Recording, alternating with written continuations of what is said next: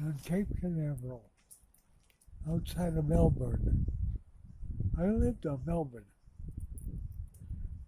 It was closer to the water than I am here.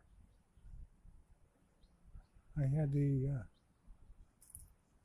apartment right on the ocean.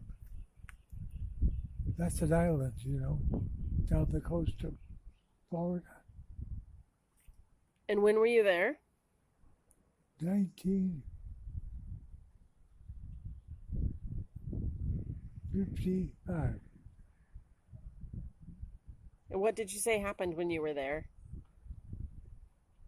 I was there for a number of unsuccessful launches. I remember the countdown: 5, 4, 3, 2, 1. Oh shit! It's in the water.